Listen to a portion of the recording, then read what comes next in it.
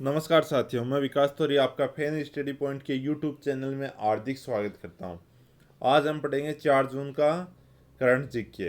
तो शुरू करते हैं साथियों। केंद्र सरकार ने हाल ही में सूक्ष्म, लघु और मध्यम उद्यमों की समस्याओं के समाधान की सहायता करने हेतु किस नाम से एक पोर्टल को लॉन्च किया है? तो साथियों, चैंपियन नाम से एक पोर्टल को लॉन्च किया है।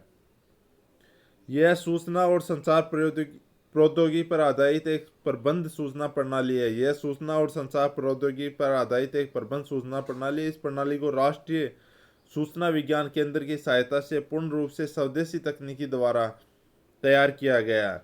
इसका मुख्य उद्देश्य वर्तमान की कठिन परिस्थितियों से उबरने हेतु एमएसएमई क्षेत्र के उद्यमों की सहायता करना है।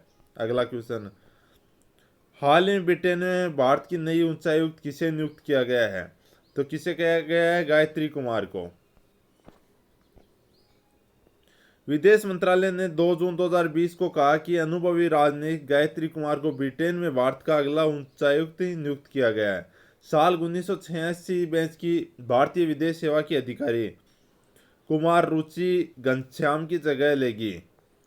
वर्तमान में गायत्री कुमार बेल्जियम, लग्जमबर्ग, यूरोपीय यूनियन के में बतौर भारतीय राजदूत सेवाएं दे रही हैं। ब्रिटेन के शक्तिशाली यूरोपीय यूनियन से बाहर आने के बाद गायत्री कुमार की इस महत्वपूर्ण पद पर नियुक्ति ऐसे समय में सामने आई है जब भारत ब्रिटेन से द्विपक्षीय संबंधों को विस्तार देने की ओर अग्रसर है।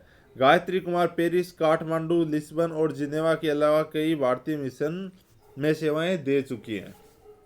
अगला क्वेश्चन, हाल ही में किस युवा महिला क्रिकेट खिलाड़ी को अर्जुन अवार्ड हेतु नामित किया गया? तो किसे किया गया है? दीप्ति शर्मा को। दीप्ति शर्मा एक भारतीय क्रिकेटर है। उन्होंने 28 नवंबर 2014 को दक्षिण अफ्रीका के खिलाफ वनडे में अंतर्राष्ट्रीय क्रिकेट में अपना पहला प्रदर्शन किया। वे एक बाएं हाथ के बल्लेबाज हैं और राइट आर्म के मध्यम गति वाली गेंदबाजी करते हैं। अर्जुन पुरस्कार खिलाड़ियों को दिए जाने वाला यह एक पुरस्कार है जो भारत सरकार द्वारा खेल में उत्कृष्ट प्रदर्शन के लिए दिया जाता है। इस पुरस्कार का प्रारंभ 1961 में हुआ। अगला क्वेश्चन, हाल ही में दिल्ली बीजेपी अध्यक्ष के रूप में किसे चुना गया है? तो किसे चुना गया? आदेश गुप्ता को दिल्ली बीजेपी अध्यक्ष के रूप में चुना गया है। भारतीय जनता पार्टी ने कोरोना संकट के बीच बड़ा बदलाव किया है। दिल्ली बीजेपी अध्यक्ष से मनोज तिवारी को हटा दिया गया है। अब उनकी जगह आदेश कुमार गुप्ता को दिल्ली बीजेपी की कमान दी गई है।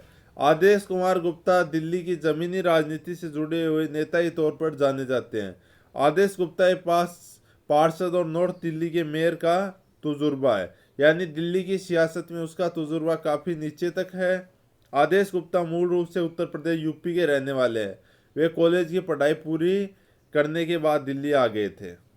अगला क्वेश्चन, हाल ही में किस चक्रवाती तूफान की वजह से महाराष्ट्र ने गुजरात में अलर्ट जारी किया है? तो निसर्ग तूफान की वजह से महाराष्ट्र और गुजरात में अलर्ट जारी किया गया है। मुंबई के ज्यादातर इलाकों में तेज हवाओं के साथ बारिश हो रही है। मुंबई और गुजरात के ज्यादातर इलाकों में रेड अलर्ट जारी है। निसर्ग तूफान मुंबई में अलीबाबा के तट से टकराया है। मौसम विभाग के मुताबिक चक्रवाती तूफान करीब 120 किलोमीटर प्रति घंटा की रफ्तार से टकराया है। मौसम विभाग के मुताबिक बीती एक सदी में यह पहला चक्रवाती तूफान है जो महाराष्ट्र के तट से टकराएगा। इससे पहले 1948 और 1980 में 2 बार चक्रवाती तूफान उठा था, लेकिन वो तट से नहीं टकराया, समुद्र में ही कमजोर पड़ गया। विश्व साइकिल दिवस निम्न में से किस दिन मनाया जाता है? 3 जून को प्रतिवर्ष विश्व साइकिल दिवस मनाया जाता है। प्रतिवर्ष 3 जून को अंतर्राष्ट्रीय विश्व साइकिल दिवस मनाया जाता है। संयुक्त राष्ट्र द्वारा पहला आधिकारिक विश्व साइकिल दिवस 3 जून 2018 को मनाया गया। यह दिवस परिवहन के एक सरल, किफायती, भरोसेमंद और पर्यावरण की सुरक्षा को प्रोत्साहित करने के लिए मनाया जाता है। भारत में साइकिल के पहियों ने आर्थिक तरक्की में अहम भूमिका निभाई है।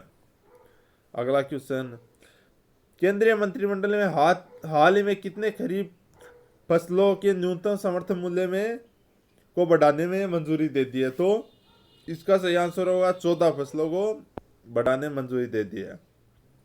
केंद्रीय मंत्रिमंडल ने हाल ही में कई संशोधनों को मंजूरी दी है। साथ ही मंत्रिमंडल ने खरीफ की 14 फसलों के न्यूनतम समर्थन मूल्य एमएसपी को बढ़ाने के लिए मंजूरी दी है। सरकार ने किसानों को फसल पर उसकी लागत की तुलना में 50 से 83% तक अधिक रिटर्न मिलना सुनिश्चित किया है। कैबिनेट ने फसल 2020-21 के लिए धान की एमएसपी 1863 रुपये है, जो एमएसपी 2620 रुपये, बाजरा की एमएसपी 2150 रुपये प्रति क्विंटल तय की है। कपास की एमएसपी 260 रुपये बढ़ाकर 5515 रुपये प्रति क्विंटल कर दी है।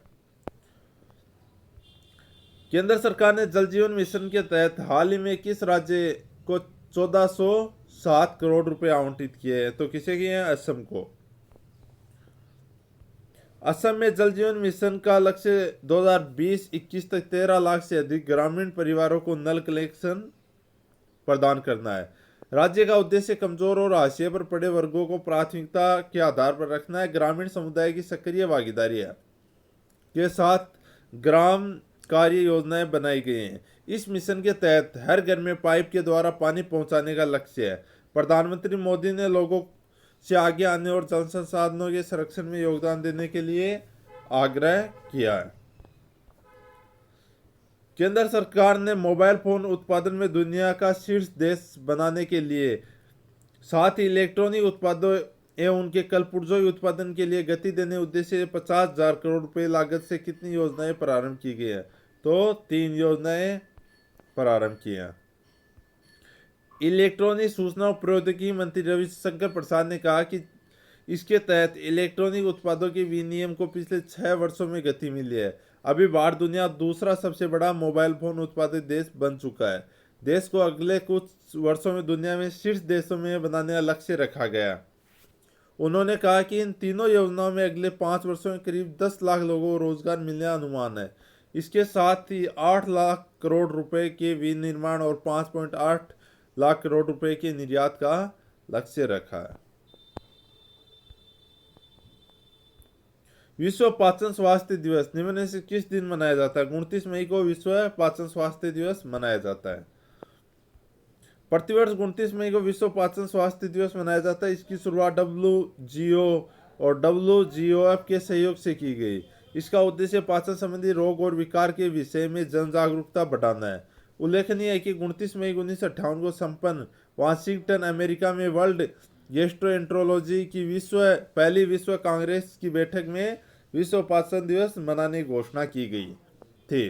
तो साथियों, वीडियो आपको कैसा लगा? अच्छा लगा तो लाइक करिए, कमेंट करिए तथा चैनल को सब्सक्राइब करें।